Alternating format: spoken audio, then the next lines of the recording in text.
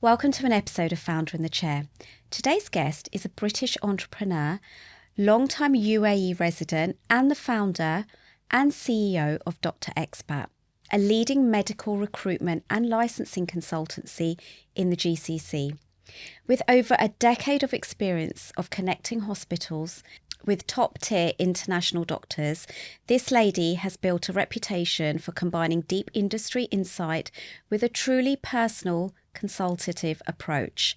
I'm so excited to welcome the one and only Kaneez from Dr. Expat. Welcome, Kaneez. Hi, thank you. So tell us, so you're a British entrepreneur, but you live in the UAE. Yes, that's correct. How did that all happen? Well, I moved to the UAE around 20 years ago I got married and I moved out there. And since then, I never wanted to come back. Okay, like most people don't. Like most people. I mean, most people who go out there, they say, oh, we'll give it a couple of years. And then the couple of years just keeps extending. And that's what happened with me. So 20 years on. 20 years, yeah. Okay. Yeah. So what then inspired you to start Dr. Expat? What gap did you see in the market?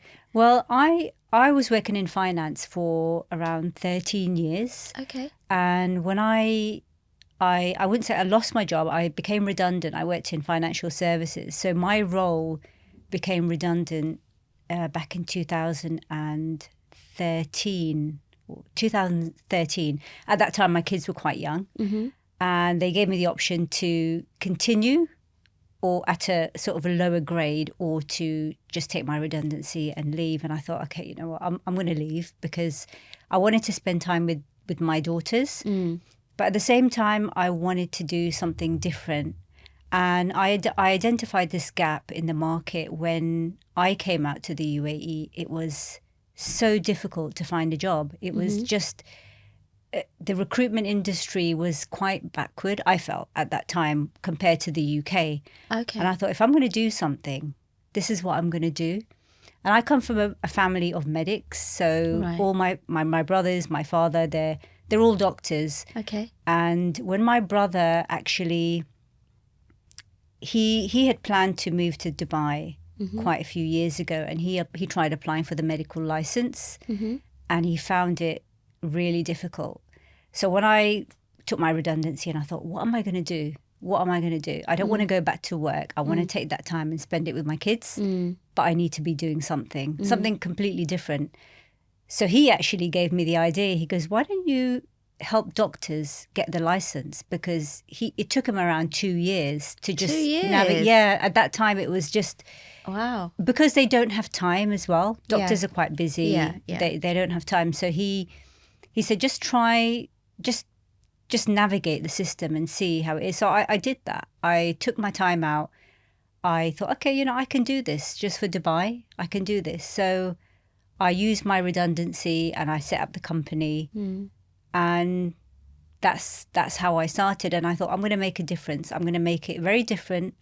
A recruitment company, medical recruitment. I had no experience whatsoever, but I took around 6 months to research how they process the license, how to recruit. And I actually think it was just luck, you know, when it came to connections, business development, trying to do, I was quite ambitious. I thought, I'm going to do this. So yeah, that's how I identified the gap. And I said, I'm going to do this very differently. So you helped your brother with his application? Well, he got the license eventually, and then he decided not to come out. But I started off on my own, like completely by myself, and then I hired someone called Veena. So really? I'll never forget your name, yeah. Wow. After 6 months, I hired Veena, and Veena's still with us today. And then we just grew. I mean, the team is not very big. There's about 10 of us, but. Yeah, that's basically how I started. And 11, 12 years later, we've set quite a mark in the industry, in the UAE. Most of the business has been through word of mouth. And I believe that I've made a difference. I believe I've done things differently. What is it that makes you so different? It's the personal touch, because I don't think there's anyone like us. I know every company will probably say the same thing, but we treat everyone like people, like individuals. When I was looking for a job in Dubai, I felt like just a CV, just like a number. And I wanted to make that not happen again. So I know everyone's looking for jobs when they come out here. And these are doctors that we're talking about. These are, professionals, not only doctors, nurses as well, but majority are doctors. They are qualified, they're very educated, and they're not just a number, they're people. They're people with families, they've got, they've studied so hard. So we treat everyone like a person. So even though we can't help everyone, and we can't help a lot of people, it's just, how many people how many jobs are out there, and how many people that come to us. But we tell them. So if you're going to send your CV to me, at least respond. Like, there's nothing, I'm sorry, there's nothing available. And sometimes it's hearing the hard truth that there isn't anything, or you're not qualified enough, or you're not qualified for that position. But that's what makes us stand out. I cannot stand it when, you just get ignored and you're sending your CV time and time again. And even if I get the same CV 10 times, I'll tell that person, you've sent your CV like 10 times. It doesn't look good. Just give them a bit of constructive criticism. I think that goes a long way. So that's what makes us different, I think, to other recruitment agencies. And then do you also help them settle? Yeah, so a lot of doctors that we hire, because we do licensing as well, we do the medical licensing. So in UAE, there's 3 different licenses. Dubai has one, Abu Dhabi has one, and Northern Emirates has one as well. So you can't just, so someone applying for Dubai license, it only allows them to work in Dubai, which is it's a bit annoying, because like over here in the UK, you got the GMC, and that covers the whole of the United Kingdom. So we help with all of them. So when we're helping with the license, we're helping doctors relocate as well, like as in giving them advice, the kind of schools that their kids want to go to, or that they want their kids to go to, which areas they should be living in, depending on their budget. We refer them to other companies, not for any gain, but just to give them, just for us to be able to make the whole process as seamless as possible. So we try to do everything we can, and so many of the doctors that we've placed, or I personally have become friends with. There's long-term relationships there. So you're making that transition easy. Yeah. So what have been some of the biggest challenges you've faced growing a business in the UAE and the GCC? I think the biggest challenge of all is the frequency of how regulations change. Like with the health authorities, we've seen the transition, like from 12 years ago, it was simple. Then it got a little bit harder to, for the requirements to get people over. And then it got even harder and harder. And regulations, it's not like here, they go through a lot of processes over here before they change anything. But in the UAE, they change things overnight. It's a bit like the road system. I don't know if you've been to Dubai. I have, yeah. Like if you go this year and then you go next year, or even after 6 months or 3 months, things would have changed, and regulations change in the same way. A rule will be valid today, and then tomorrow it's gone. So that's been the biggest challenge, because when we're doing a license, when we're trying to recruit someone and they meet a certain criteria, by the time they're hired, they don't meet that criteria anymore, and that is the biggest challenge. And also the different licenses, because we have some doctors who can work in Dubai, but they can't work in Abu Dhabi. Oh, wow. Because of their nationality or where they've travelled. There's quite a thorough CID check. So, that has been the biggest challenge. We've managed to overcome that. We know now, and we keep speaking to the authorities to get the latest. And the team that we have are just amazing. I don't know what to do without them, That's crazy. So someone could think they're coming, and then something changes overnight. Yeah. And that's it. Yeah. That is the biggest. Their dreams over of coming to and Dubai. our dreams over too. Yeah. Because it's not good on us. Like we Yeah. have this. But then it's not your fault. It's not our fault, but like a doctor who's been hired and they're supposed to come, they're not going to see that. They're going to say you should have known about it. But I think the way we've managed that has been something else. We can't get away from it. You know, I'm not there to run away. I'm there to stay. So as an owner of a company, I think it's really important to just be out there and not hide.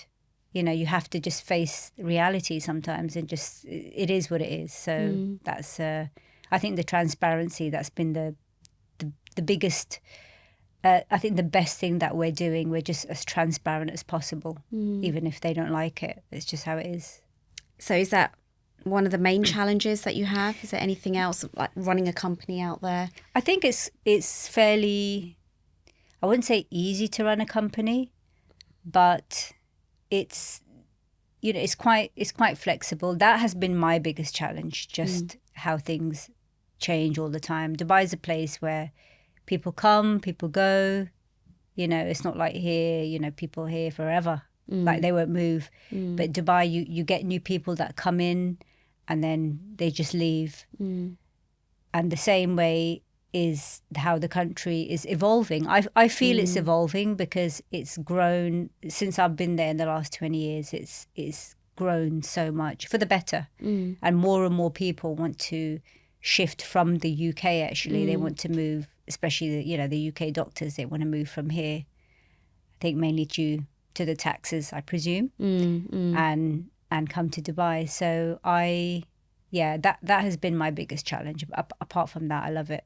I mean, it's like every other week you're hearing of somebody's moved to Dubai, Yeah. somebody else has moved to Dubai, and the whole family's going, and then I know. their friends like going and getting information, and they want to go as well. Yeah. So many people are moving. I know. A lot of kids, not kids, but 20 Young adults. in their 20s, yeah. They want to move out there because I think their life is, it is expensive in Dubai, but there is a life. I feel over here sometimes in the UK that unless you're living in central London and it's buzzing all the time, there isn't as much to do after a certain time. Like if you're living in the outskirts, because things close at like 5-6 o'clock. So Depends what you want from life. If you want a quiet life, then it's ideal. For a kid, for like a 20-year-old, they want to party. For them, they've got the best of both worlds. They're probably earning well. Yeah. They've got the nightlife. They've got the great country, the weather. The weather, yeah. Although summers are, a bit hot. Well, yeah, that's why you're here at the moment. I know, yeah. Escape from the heat. How hot is it out there at the moment? It's about 47, 48 degrees. Wow. That's not so bad. It's when the humidity is 100%. When is that in August? It can be in July, August, September. I think the heat starts in end of May, June, and then it just goes through till September, October. So you get 6 months of nice weather and then 6 months of heat. Yeah. So how long do you normally get away for? Actually, this year I've come a bit more. Like I've been here for on and off for a few weeks and then a few weeks here. So I'm going to be here for about a month. So I've got another couple of weeks left before I head back again. And it's quite warm here at the moment as I well. know. We've had a good summer. Yeah. It's been amazing. So how do you balance the human side of recruitment with the business side? Now, I know you mentioned a little bit earlier that you do help them and you become friends with them. What else do you do? How else do you make sure it's balanced? I think that's expanding on that. That is the main thing. Obviously, we can't do that with every single person. We can't do that with every single person. I try to do it with as many as, not me personally, but the team. Just keep encouraging them to get back to doctors, to see exactly what they've done. When we're dealing with hospitals and clinics who are looking for staff, because we're providing staff to a number of hospitals and clinics, a lot of the time I feel a CV doesn't reflect who that person is. You could send me your CV and I'd be like, oh, okay. And one thing about Dubai, about UAE in general, is that they always insist on a photo. always. And I know here that they don't. So we get a lot of CVs from the UK and can you send me a photo, please? Because they want to see that. And I want to see that as well. I want to see who that person is.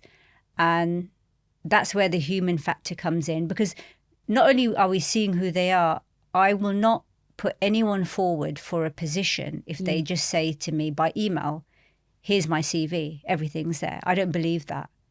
Because you know how it is nowadays. Everything is AI generated. They could get someone to write it and that's their, it doesn't even reflect who they are. They may not even be able to speak English properly because it's very international there. We get doctors from Brazil, Italy. English is not their first language, but their CV is immaculate.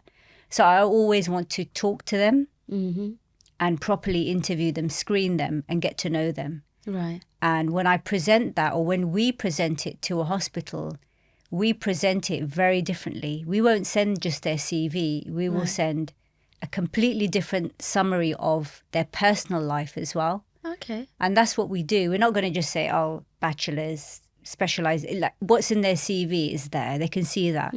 But I like to put more of a personal touch. They've got this many children. They want to move together. Their kids may stay back for a while. They like to do this and they like to do that. And just a little bit more. And that's how we give the personal touch in every single candidate that we send to a hospital. And the hospitals are interested in knowing all of They that? are, because, and then I usually follow up with a call, like, I've sent you a CV of so-and-so, and I just wanted to explain that this person is, and I explain a little bit more. And I just feel that's different. We can, like, anyone can just send a CV, just like they can send a CV. And that's why where we tell doctors, if you use us, then we will present your profile in a different way. And I feel that's very important to do that. I can't, when I receive CVs, I just look at them and I don't delete all of them, but when I see it's just very standard, it's like the same cover letter, and I think, oh, okay, we need to be a bit different here. So what would you want to see in a cover letter? So if someone's listening right now and they're a doctor and they're like, well, I think I'm going to contact Dr. Expat. Yeah. What would you want to see in that cover letter just to get your attention? We've had some funny ones, actually. Very short. I don't want it too long. I don't want to be reading an essay because I won't. Nobody will read that. Just something a little bit about them. I'd want to know if they have a license, because it's the first question I ask doctors. Do you have a license? Because if you don't have a license, please don't apply.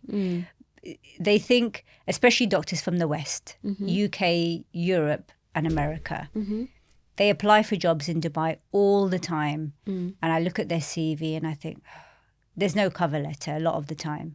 Where's their license? And they, when I speak to them, they say, oh, if there's a job, the hospital will do it for me. It's never the case.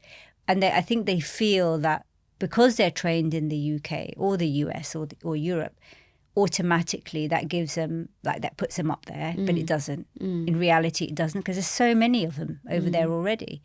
So I'd like to see if they have a license, if they're in the process of applying.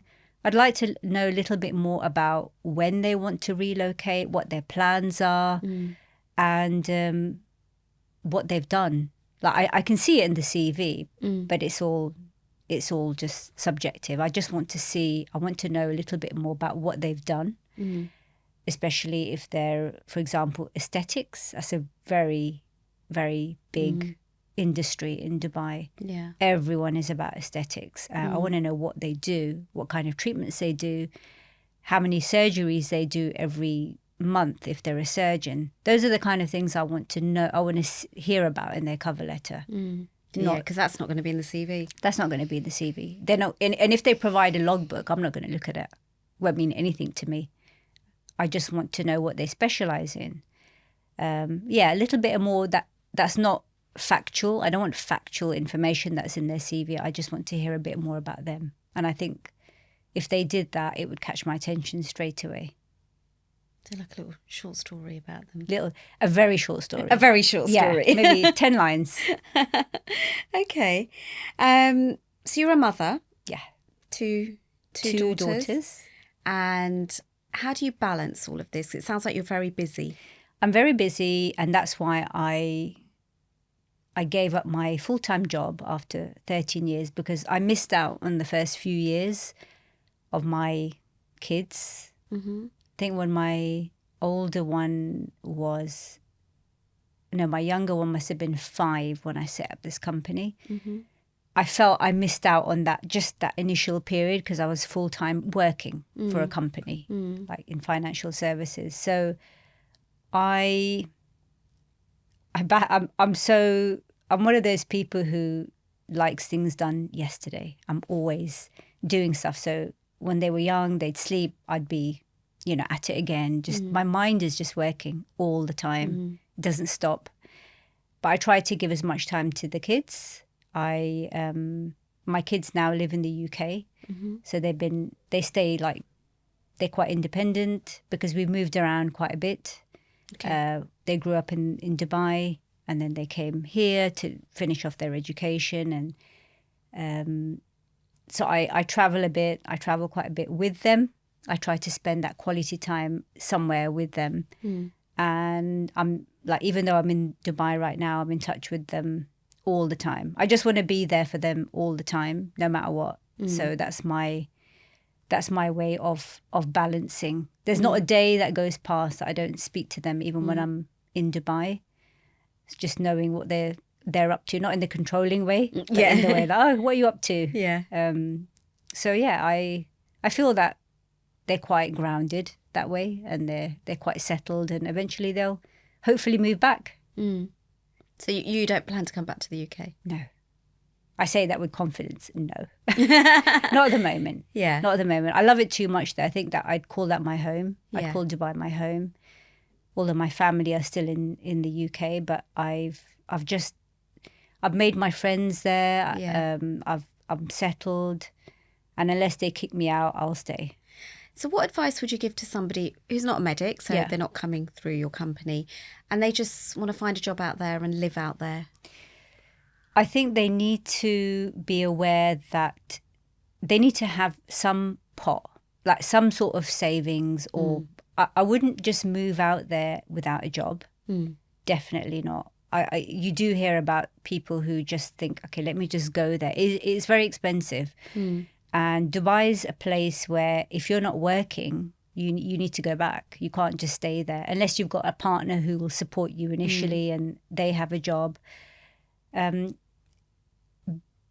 It's not what people see in the media. Dubai is not like that. People, they have different expectations, actually. They think money's falling out from the sky. No, it's not like that at all. You have to work. You need to work for that. You're not just unless you're going to go into an amazingly paid job with the government or with a private company, and they take care of everything. Because a lot of people, doctors, non-clinical staff, they think when they come out to Dubai, they're going to be provided with housing, school fees, like everything. And those days have gone. Those days went quite a long time ago. I'd say about 10, 12 years ago. Okay. They went. So they need to come with expectations that they need some money to survive for at least a year in case they don't find anything. And they need to work. They do need to work hard. They need a decent enough salary to live off. And we can even help. I mean, we can even give advice to, I find myself giving advice to non-medics as well, partners of, doctors. They have husbands or wives and they're non-clinical. We end up giving so much advice to them as well for those who want to come out. And you must lately probably seen so many people moving out to Dubai now. All the time, yeah. All the time. From here, from the countries where there's war going on, they're just flooded. Like and Dubai is a place where they let people in, which is really nice. I think they just allow, not everyone, but they allow people to come in and give that opportunity for them to work. So I think that's a good thing. So what's your vision for the future of Dr. Expat? What's coming next? We are trying, I mean, I don't want to expand too much, but we have branched out into India now. Okay. So we've set up, not set up, but we have staff there now because I think the talent in India is quite good. They you know, especially the IT team are out there, and we have some sales staff out there. I want to be the go-to. I want to continue to grow that, the go-to for hiring staff. Mm-hmm. We've just introduced a new platform which allows hospitals and clinics to find talent. Okay. So they can just check candidates who are available from our own database. Right. And express interest in them. So that's something we just introduced last month. So we're trying to roll that out as well. We're trying to enter the Saudi market. I believe there's scope there. I mean, Saudi's 12, 15 times bigger than the UAE. Yeah. But one step at a time. But I mean, this is what my vision is. I want to give more options to hospitals, clinics, and the doctors, like as much as possible. And I think sometimes I feel like we act as an advisory service, like we act as counsellors as well to doctors who just want advice. Naturally, it must happen, isn't it? 'Cause Yeah. New country, new way of doing things, and you've been there such a long time. Yeah. Plus, you're from the UK, so if someone's coming from the UK, they're going to lean on you a little bit. Yeah. Wow. Yeah. So there's big plans coming. Well, yeah, I hope so. Yeah. So apart from Dr. Expat, what else do you do? Like, what do you do in your spare time? Like, In my I know you spare- said you're always working When I get and, you spare don't, time, and you yeah. don't switch off. I like to go to the gym. I like to swim. Uh-huh. Obviously, be with friends. I've got quite a good friend circle there. Mm-hmm. And just when I can, just do nothing. Just relax. Yeah, that's what I do. Do you get time to do that? I do in the evening sometimes if I'm not, because sometimes the days are so hectic that, Yeah. and I want to cram as much in as possible. But there are days when I just think I'm just going to do nothing and just watch TV because the day, you know, the next day's coming, and I try to have my weekends where I'm out, where I'm just doing stuff. Mm-hmm. Before, when I set up the company, I didn't know what a weekend was. It was just 7 days of work.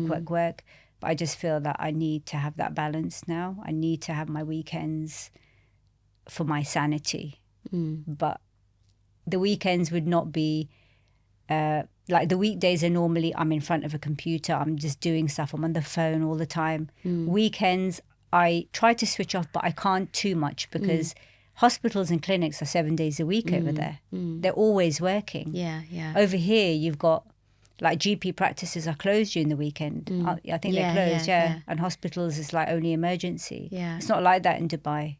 It's Yeah. 7 days a week. So if a client calls me in a weekend, I can't not take the call. Yeah.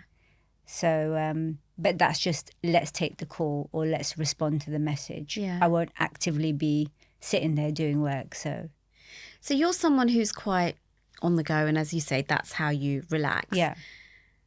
What advice would you give to somebody who finds it hard to switch off?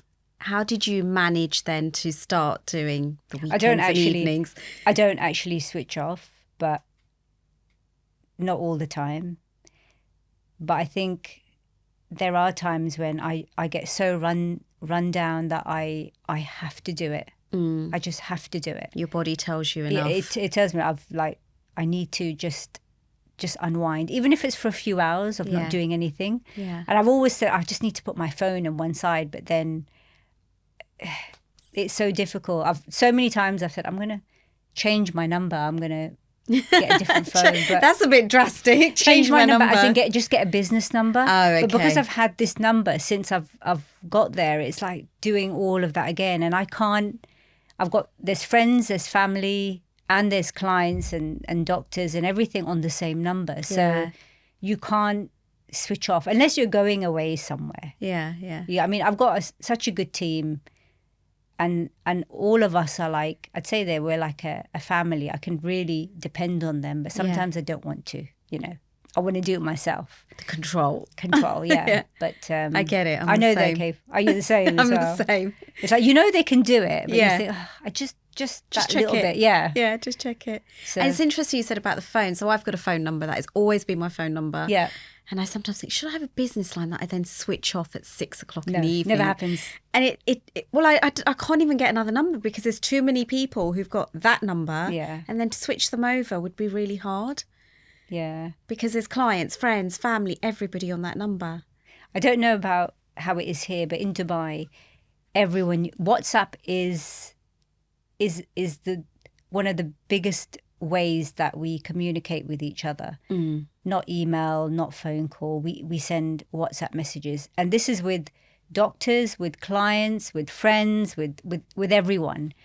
And when I went away, I had gone on a retreat just for a few days. I thought I need to switch off because there wasn't any Wi-Fi. But there was Wi-Fi if you wanted it for like an hour or two. Yeah. And I thought I should just delete my WhatsApp. But even then, I put it on a different number. I transferred the WhatsApp. So I deleted my Dubai one. All the messages will still stay. And then I put it on my UK number. But then I went and told everyone about the UK number. I said, in case you need to get hold of me, this is my UK number. And then I was just getting messages from everyone else. So I don't think I can actually switch off unless I just throw my phone like into the sea or something. But that's just how I am. It's unfortunate, actually. Yeah.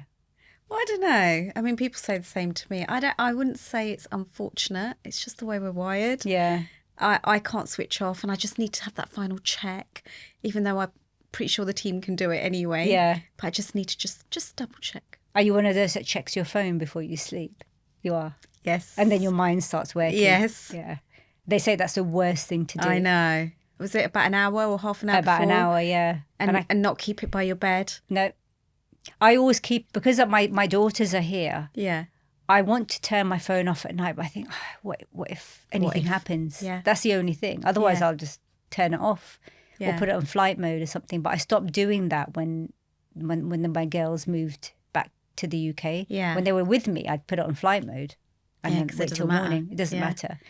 So there's always a reason. But Yeah. and I keep telling the girls as well, don't check your phone, and I do that. I try not to, but I think, what if there's something important that I need to do? Or what if I just deal with it now, then I don't have to do it in Yeah. the morning, and then it's done. Yeah, it's like a vicious cycle. It is. It is. Yeah. So if someone's listening right now and they want to get in touch with you for your services, what's the best way to get hold of you? Apart from WhatsApp. I'm not going to give my number. No. They can go to our website, which is drexpat.com. Okay. They can email us. There's an inquiry form on our website. They can email us at info@drexpat.com. And they can call us. So there's so many ways. We're on Instagram, we're on TikTok. Any way they contact us, we normally respond within 24 hours, usually sooner, but we say 24 hours. So, yeah, that's quite And do a few you ways. get business through social media, through Instagram and TikTok? We do, yeah. Really? Doctors contact you through there? They do, but actually most of the contacts we get are through word of mouth. So if it's doctors who want to get a license, it's usually their friends or colleagues or even clients. Actually, hospitals we deal with, they tell other doctors, you can use them. So because our fees are quite reasonable in the market, and we get it done in a good time. So Sounds good. Yeah. Amazing. Thank you, Kaneez. yeah, you're welcome. Thank you very much.